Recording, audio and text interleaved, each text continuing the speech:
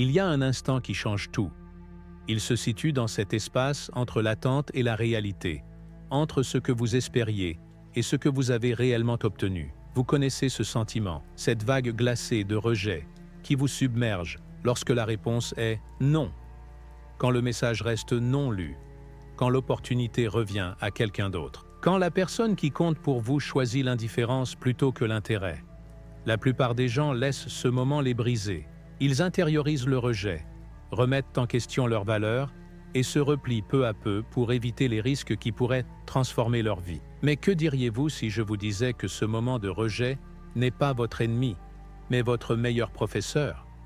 Que les personnes qui vous disent « non » vous rendent en réalité le plus grand service de votre vie. Impatibilité, le timing et l'alignement. Quand Marc Aurèle écrivait que « l'obstacle à l'action fait progresser l'action », il ne s'exprimait pas en abstraction philosophique, mais décrivait une stratégie concrète pour transformer les obstacles en avantages. Toute personne ayant accompli quelque chose de significatif entretient une relation secrète avec le rejet.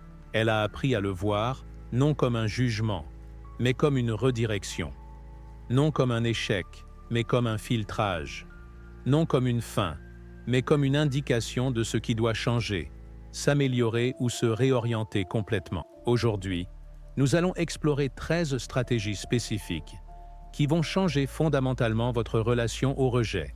Il ne s'agit pas de concepts théoriques ou de mantras réconfortants, mais d'approches pratiques et éprouvées, affinées au cours de 2 millénaires d'expérience humaine. Nous allons vous transformer en quelqu'un qui, au lieu de craindre le rejet, l'utilise pour évoluer personnellement. Le chemin se déploie en 5 phases distinctes, chacune s'appuyant sur la précédente pour créer une fondation inébranlable de force intérieure et de pensée stratégique. Nous commencerons sur le champ de bataille le plus crucial de tous, votre propre esprit, et nous élargirons progressivement notre maîtrise de tous les aspects par lesquels le rejet impacte votre vie, vos relations et vos possibles futurs. La première phase commence dans l'espace entre le déclencheur et la réponse, ce moment critique où la plupart perdent la bataille avant même qu'elle ne commence. Quand le rejet frappe, notre cerveau primal hurle pour une action immédiate.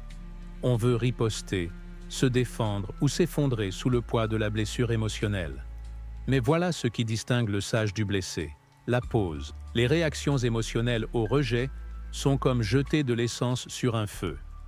Elles dévorent tout sur leur passage sans rien résoudre. Au contraire, l'approche stoïque exige qu'on interroge d'abord notre propre réaction avant même de considérer le rejet lui-même. Lorsque quelqu'un écarte votre idée, ignore votre message ou refuse votre invitation, votre première question ne devrait pas être « Pourquoi m'a-t-il fait ça ?» mais « Pourquoi cela me fait-il si mal ?» Peut-être vous êtes-vous persuadé que cette opportunité validerait votre valeur ou que l'approbation de cette personne vous rendrait enfin complet. Mais le rejet expose la fragilité de ses dépendances extérieures, et cette exposition est un cadeau, non une malédiction. La technique est diaboliquement simple. Faites une pause, respirez profondément, et demandez-vous si ce que vous ressentez est une blessure authentique ou simplement un orgueil froissé. Souvent, ce que nous appelons rejet n'est que l'incapacité d'un autre à voir la valeur, comprendre le timing ou surmonter ses propres limites. Leur nom porte fréquemment sur leur monde, pas sur le vôtre. Lorsque vous le réalisez, la douleur se transforme en clarté. Ce changement mental crée l'espace nécessaire pour le deuxième élément crucial de la maîtrise de votre esprit. Débarrassez votre domaine mental des personnes toxiques. Votre esprit est la propriété la plus précieuse que vous possédiez. Et pourtant, la plupart d'entre nous le laissent devenir une décharge pour les opinions et les rejets d'autrui. Pensez à votre énergie mentale comme à une ressource limitée, comme l'eau dans un désert. Chaque minute passée à rejouer le refus de quelqu'un, analyser ses mots ou essayer de décrypter ses motivations est de l'eau précieuse versée dans le sable. Pendant ce temps, les opportunités de croissance, de connexion et de réussite se dessèchent, faute d'attention. Le détachement n'implique pas de faire comme si le rejet n'existait pas, ou de s'abrutir à toute déception. Il s'agit de reconnaître que l'incapacité d'un autre à apprécier votre valeur est en réalité une redirection cosmique. Chaque fois que vous avez été rejeté pour quelque chose que vous vouliez désespérément, la vie vous préservait probablement de vous contenter de moins que ce que vous méritiez. Commencez à traiter le rejet comme un panneau de déviation sur une autoroute. Vous ne restez pas là à argumenter avec le panneau ou à le prendre personnellement. Vous cherchez simplement un autre itinéraire. Souvent, cette route alternative mène à des destinations que vous n'auriez jamais découvertes autrement. La personne qui ne vous envoie pas de message libère de l'espace pour quelqu'un qui valorisera votre conversation. Le poste qui revient à un autre ouvre votre agenda a une opportunité réellement en phase avec votre potentiel. Le secret est de rediriger immédiatement votre attention vers des activités enrichissantes, dès que vous ressentez cette piqûre familière. Plongez-vous dans un livre stimulant qui élargit votre perspective. Lancez-vous dans une activité physique qui renforce à la fois votre corps et votre confiance. Engagez-vous bénévolement dans une cause qui vous rappelle l'impact que vous pouvez avoir. Apprenez une compétence qui augmente votre valeur sur le marché de la vie. Chaque nouvelle expérience élargit votre bande passante émotionnelle et vous rappelle que votre valeur ne dépend d'aucune opinion individuelle. Vous commencez à voir le rejet non comme un jugement, mais comme une incompatibilité. Et l'incompatibilité est en réalité une faveur déguisée. Cette transformation mentale nous conduit naturellement à la deuxième phase de la maîtrise. Établir des limites stratégiques qui protègent votre énergie tout en préservant votre dignité. Les limites ne sont pas des murs érigés par la colère, mais des filtres intelligents qui séparent ce qui mérite votre attention de ce qui mérite votre indifférence. Quand quelqu'un vous traite continuellement avec indifférence, renvoyez-lui la même énergie sans malveillance ni ressentiment. Il ne s'agit pas de vengeance, mais d'allocation de ressources. S'il ne valorise pas votre présence, cessez de l'offrir si librement. S'il ne répond pas à vos messages, cessez de les envoyer. S'il ne trouve pas de temps pour vous, cessez de dégager votre emploi du temps pour lui. Cette stratégie de miroir a un double effet. D'abord, elle vous empêche de devenir cette personne qui court après la validation de ceux qui ont déjà montré leur désintérêt. Rien ne détruit la dignité plus vite que de s'offrir inlassablement à quelqu'un qui ne répond jamais. Ensuite, elle libère votre bande passante émotionnelle pour les personnes et les opportunités qui vous lui rendront. La forteresse de respect de soi que vous bâtissez ainsi devient impénétrable au futur rejet. Quand vous savez que votre valeur n'est pas négociable, l'incapacité d'autrui à la reconnaître devient leur limitation, non votre échec. Parfois, le miroir exige un silence radio total. Rompre le contact n'est pas une punition, mais une préservation. Chaque message non envoyé à quelqu'un qui ne l'apprécie pas est de l'énergie mentale épargnée pour quelque chose de significatif. Chaque appel non passé à quelqu'un qui ne rappelle pas est du temps investi dans votre propre croissance plutôt que dans leur indifférence. Ce silence stratégique n'est pas de la morosité passive, mais un réglage actif des frontières. Vous ne vous cachez pas ni n'évitez la confrontation. Vous refusez simplement de participer à des relations à sens unique. Dans un monde obsédé par la communication instantanée, votre silence sélectif envoie un message puissant. Vous avez une vie intérieure suffisamment riche pour ne pas avoir besoin de validation extérieure pour vous sentir complet. La pause créée par la coupure de contact devient une période de recalibrage où vous vous souvenez de ce qui compte réellement pour vous, vos objectifs, vos passions, vos valeurs, vos rêves, toutes ces choses qui existaient avant que l'opinion de cette personne ne devienne si importante. Ce processus de remémoration révèle souvent combien vous étiez prêt à vous compromettre pour obtenir l'approbation de quelqu'un d'autre. Lorsque vous devez côtoyer des personnes indifférentes, dans un cadre professionnel ou familial, par exemple, la stratégie passe à l'engagement sélectif. Vous reconnaissez leur présence sans y investir d'émotion. Vous restez poli sans être chaleureux. Vous participez aux conversations nécessaires sans déployer d'énergie supplémentaire. Il ne s'agit pas d'être froid ou impoli, mais d'être stratégique avec vos ressources sociales. Vous réservez votre véritable chaleur et votre engagement pour ceux qui vous le rendent, tout en maintenant une courtoisie professionnelle avec les autres. La différence est perceptible, et souvent, ceux qui prenaient votre attention pour acquise la remarquent soudainement lorsqu'elle se déplace ailleurs. Ces stratégies de fixation de limites posent la base de la troisième phase de la transformation. Convertir la douleur en performance. C'est là que le rejet cesse d'être quelque chose qui vous arrive pour devenir un carburant actif vers la réussite. Lorsqu'on écarte vos talents ou minimise votre potentiel, on vous offre un cadeau puissant, la clarté sur ce que vous devez prouver et à qui. Mais voici la distinction cruciale. Vous ne cherchez pas à prouver quoi que ce soit à eux, mais à vous le prouver à vous-même. Tous ceux qui assistent à votre transformation en bénéficient indirectement. La démonstration de valeur après un rejet n'est pas un plan de vengeance ou de vindicte, mais un acte d'excavation. Le rejet révèle souvent des forces et des capacités que vous ignoriez posséder. Quand on vous dit que vous n'êtes pas assez bon pour un rôle ou une opportunité, c'est un défi à découvrir si cette assertion est juste. Canalisez cette déception en contribution visible, qui parle plus fort que n'importe quel argument. Engagez-vous dans des initiatives qui mettent en avant vos talents de leader. Constituez des projets qui démontrent votre créativité et vos compétences. Peaufinez vos réalisations jusqu'à en faire des exemples irréfutables de vos capacités.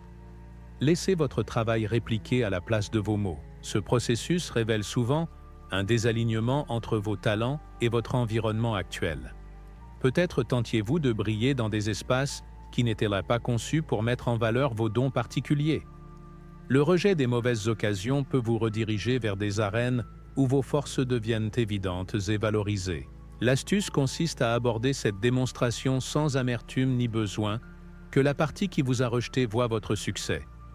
Votre croissance ne doit pas dépendre de leur reconnaissance. En fait, les transformations les plus puissantes se produisent quand vous vous concentrez tellement sur votre propre progrès que vous oubliez de vouloir prouver quoi que ce soit à qui que ce soit. Cela conduit naturellement au deuxième élément de la conversion douleur-performance. Utilisez le doute comme carburant pour le développement de compétences. Quand quelqu'un remet en question vos capacités, il vous offre un choix.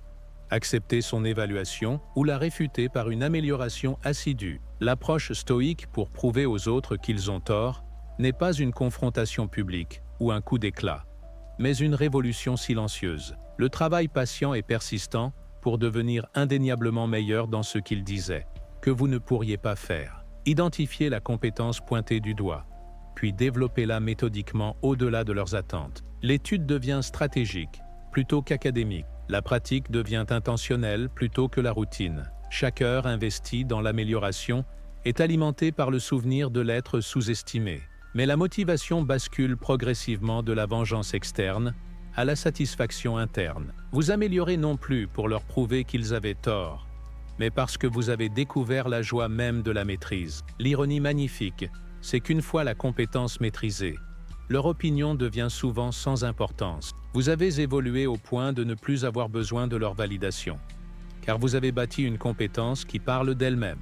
Le rejet qui piquait initialement devient le catalyseur qui a élevé votre capacité entière. Laissez vos résultats devenir votre réponse. Quand la compétence remplace l'insécurité, vous n'avez plus besoin de défendre vos talents. Vous vous contentez de les montrer. Cette transition de la justification à la démonstration marque une évolution cruciale dans votre façon d'aborder tous les futurs défis à votre valeur ou votre potentiel. Ce renforcement intérieur crée la base parfaite pour la quatrième phase de la transformation. Réinvestir en vous-même et dans votre communauté par la joie stratégique et la connexion authentique. Le rejet déclenche souvent nos instincts de survie les plus profonds, nous poussant à nous retirer et à éviter les nouvelles expériences susceptibles d'engendrer de nouvelles déceptions.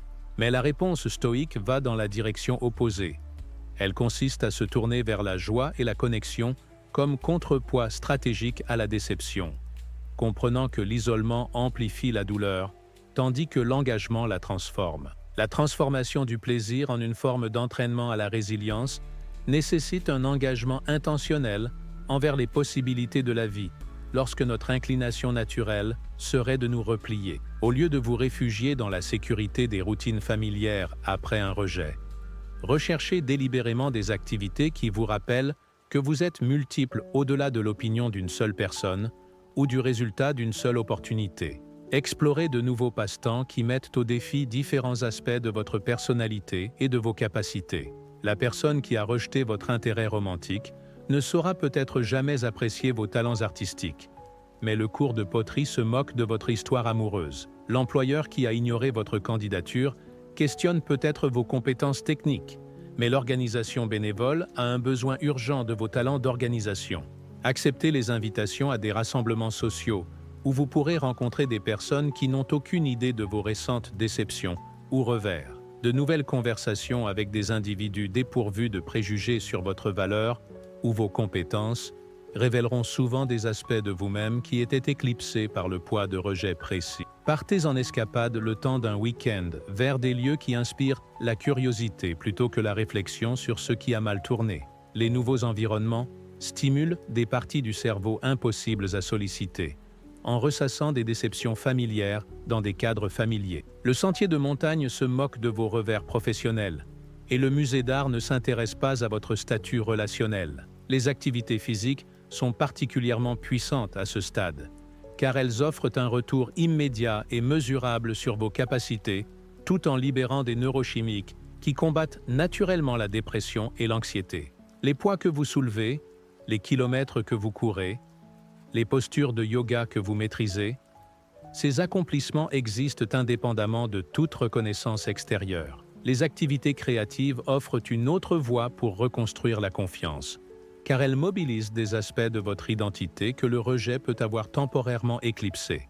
Écrire de la poésie, apprendre un instrument, peindre des paysages ou fabriquer du mobilier. Ces activités vous rappellent que votre capacité à créer et à produire de la beauté existe indépendamment de qui l'apprécie. Le rire avec des amis, les conversations avec des inconnus, les aventures dans des quartiers inexplorés, ces expériences intègrent votre rejet dans un récit de vie plus vaste et plus vibrant, où la déception n'est qu'un fil dans une tapisserie riche, plutôt que la couleur dominante de toute votre existence. Le rejet qui vous semblait écrasant occupe désormais une place appropriée dans votre conscience, entouré de preuves des possibilités infinies de la vie pour la connexion et le sens. Les expériences nouvelles élargissent également votre bande passante émotionnelle, en prouvant que la vie regorge d'innombrables opportunités d'engagement et d'épanouissement. Quand vous cheminez sur un chemin inconnu et ressentez la satisfaction du défi physique, apprenez la salsa et connectez-vous au rythme naturel de votre corps,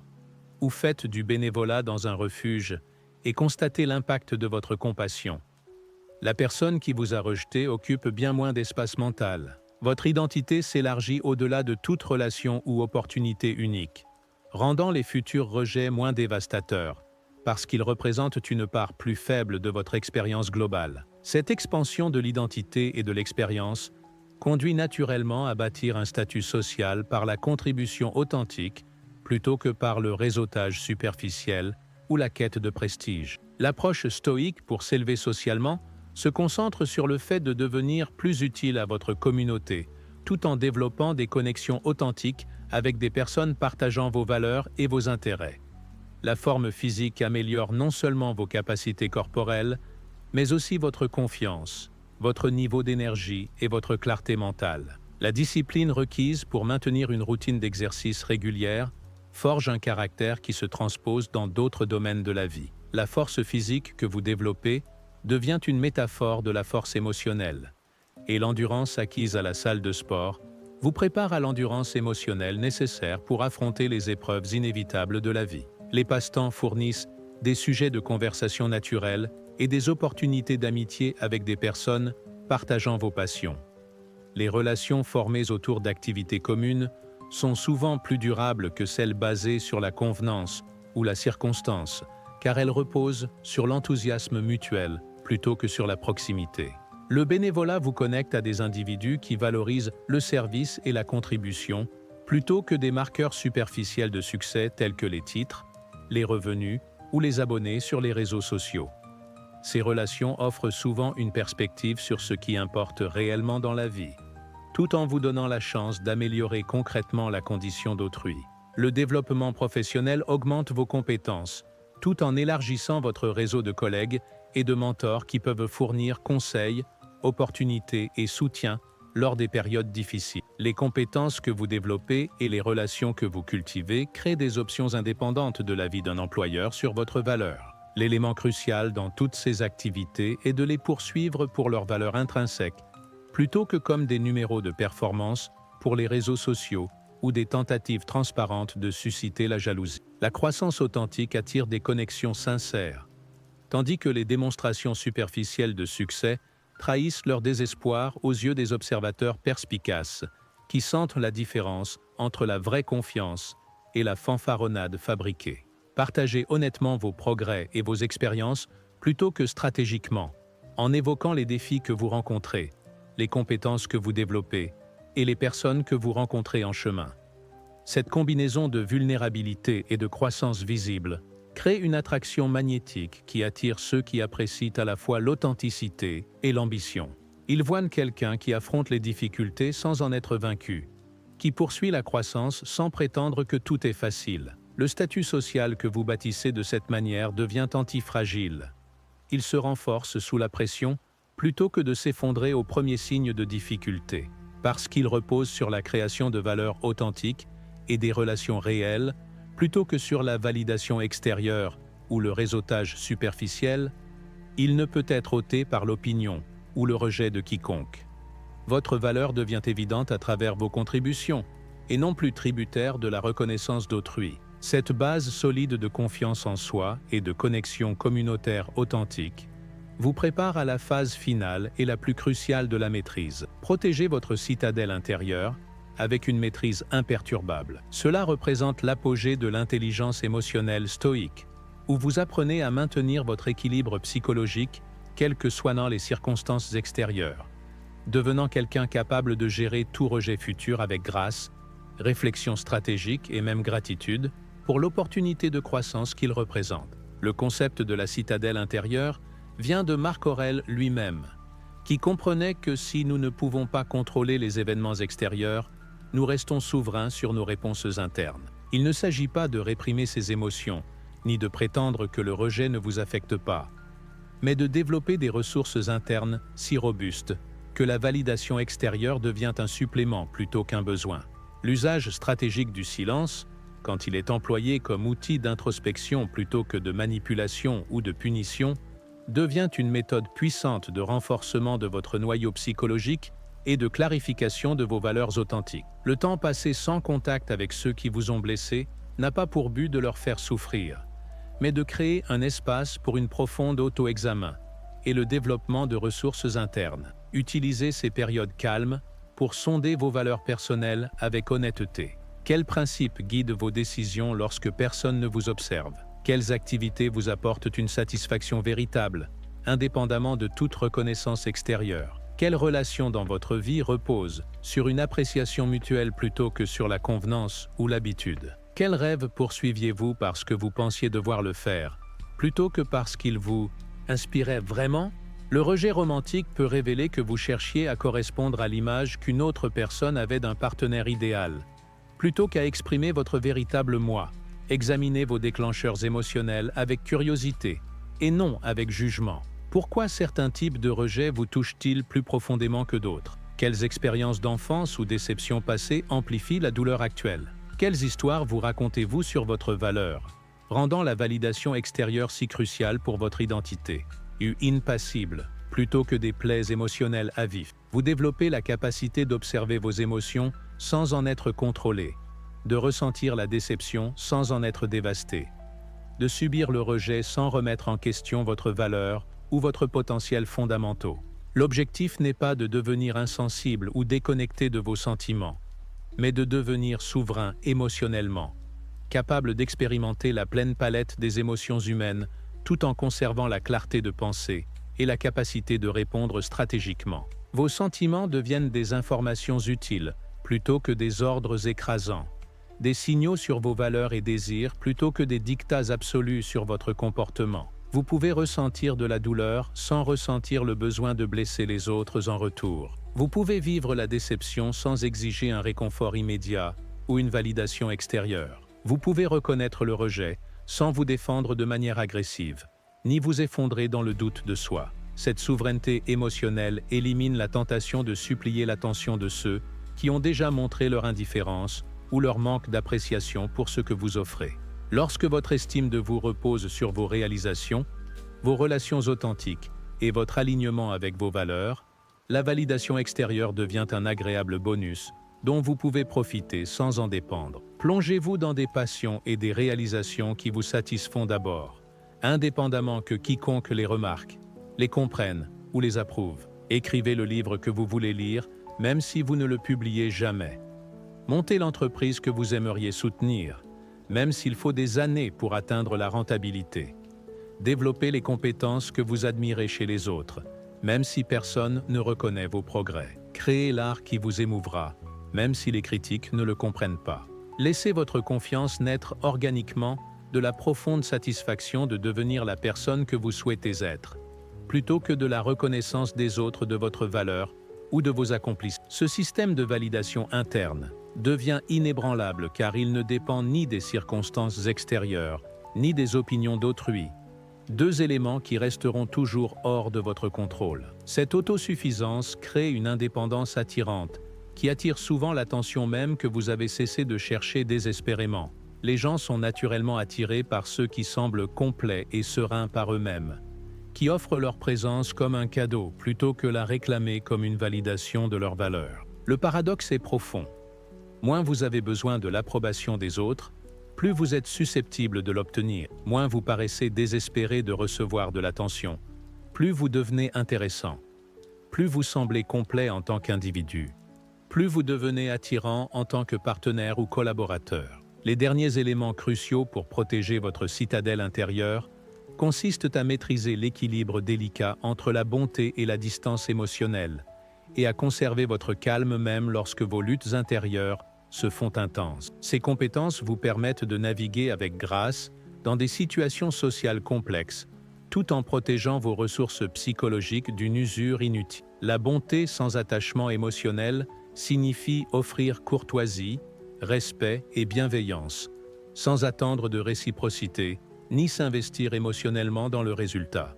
Vous pouvez souhaiter le meilleur à quelqu'un, aider quand on vous le demande, et maintenir des interactions agréables sans placer votre bonheur, votre estime ou votre tranquillité d'esprit dans sa réponse ou son indifférence. Cette approche incarne la tempérance et la sagesse stoïque, tout en protégeant votre équilibre intérieur face aux comportements imprévisibles et souvent inconscients des autres. Vous traitez les gens avec respect parce que cela correspond à vos valeurs, non parce que vous attendez des réponses spécifiques ou des résultats déterminés. La distance émotionnelle n'est pas froideur, impolitesse ou déconnexion, mais clarté sur ce que vous pouvez et ne pouvez pas contrôler dans une interaction ou une relation. Vous pouvez maîtriser votre comportement, votre effort, votre attitude et votre réaction à ce qui arrive. Vous ne pouvez pas contrôler leur appréciation, leur réciprocation, leur compréhension, leur humeur, leur histoire ou leurs insécurités. Concentrez votre énergie uniquement sur les éléments contrôlables, tout en restant détaché psychologiquement de ceux qui ne le sont pas, préserve votre paix et votre efficacité, tout en évitant l'épuisement émotionnel qui résulte de la tentation de gérer les réponses ou l'état interne d'autrui. Peut-être plus important encore, apprenez à conserver votre sang-froid même lorsque vos luttes intérieures paraissent intenses ou insurmontables.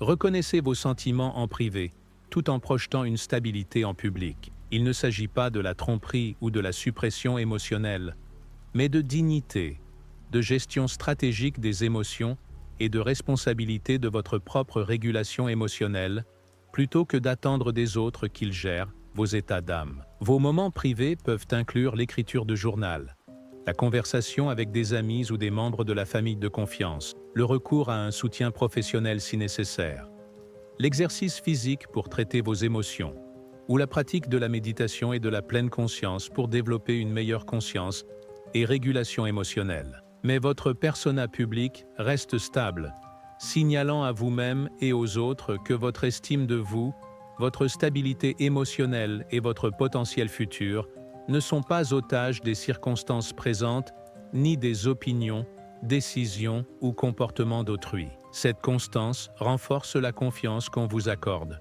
tout en consolidant votre sentiment de force intérieure et de fiabilité. Cette maîtrise des réactions visibles tout en honorant les expériences internes représente l'apogée de l'intelligence émotionnelle stoïque. Vous devenez quelqu'un capable de résister à n'importe quelle tempête tout en aidant les autres à naviguer leurs propres difficultés. Quelqu'un qui apporte stabilité dans les relations et les milieux professionnels, parce que son état émotionnel ne fluctue pas en fonction des circonstances extérieures. Lorsque vous aurez intégré tous ces éléments, maîtrise mentale, limites stratégiques, conversion de la douleur en performance, réinvestissement social et protection de la citadelle intérieure, le rejet se transformera d'ennemi en allié. Chaque non deviendra une matière première pour construire une version plus forte, plus sage et plus résiliente de vous-même. La personne qui craignait le rejet deviendra quelqu'un qui le perçoit comme un retour utile, une redirection ou simplement une incompatibilité. Vous comprendrez que toutes les opportunités ne vous sont pas destinées, que toutes les personnes ne sont pas faites pour vous apprécier et que tous les rêves ne doivent pas se dérouler exactement comme vous l'aviez imaginé. Mais vous comprendrez aussi que votre valeur, votre potentiel et votre avenir restent entièrement entre vos mains, indépendamment de qui vous dira non aujourd'hui. Chaque porte claque devient une forge où le respect de soi, les compétences et la contribution sociale se trempent pour devenir incassables. L'ultime insight est le suivant.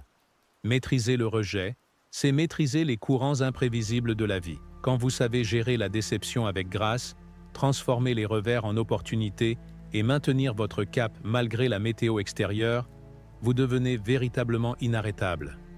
Votre relation au mot « non » se transforme totalement. Il cesse d'être un verdict pour devenir un point de départ. Il cesse d'être une fin pour devenir un commencement. Il cesse d'être quelque chose qui vous arrive pour devenir quelque chose que vous utilisez pour arriver au monde. Voilà le véritable pouvoir de la sagesse stoïque appliquée aux défis modernes. Non pas l'élimination de la difficulté, mais la transformation de la difficulté en force. Non pas l'évitement du rejet, mais l'armement du rejet pour l'évolution personnelle. Chaque personne qui vous dira un jour non vous offre en réalité la possibilité de vous prouver quelque chose à vous-même. Chaque opportunité qui vous échappe libère de l'espace pour quelque chose de mieux adapté à votre véritable potentiel. Chaque relation qui échoue vous préserve de vous contenter de moins que ce que vous méritez. Quand vous comprenez cela, le rejet devient l'un de vos enseignants les plus précieux, et ceux qui vous rejettent deviennent des contributeurs involontaires à votre succès. Ils croient fermer une porte, mais ils allument en réalité un feu. Ils croient vous diminuer, mais ils vous affinent. La prochaine fois que le rejet frappera, et il frappera, vous serez prêt, non seulement à y survivre, mais à le transformer en carburant pour votre ascension vers des sommets que vous n'auriez jamais cru possibles. La porte qu'il claque devient le portail de votre grandeur, et leur non devient le oui, retentissant de l'univers, à la personne que vous êtes en train de devenir.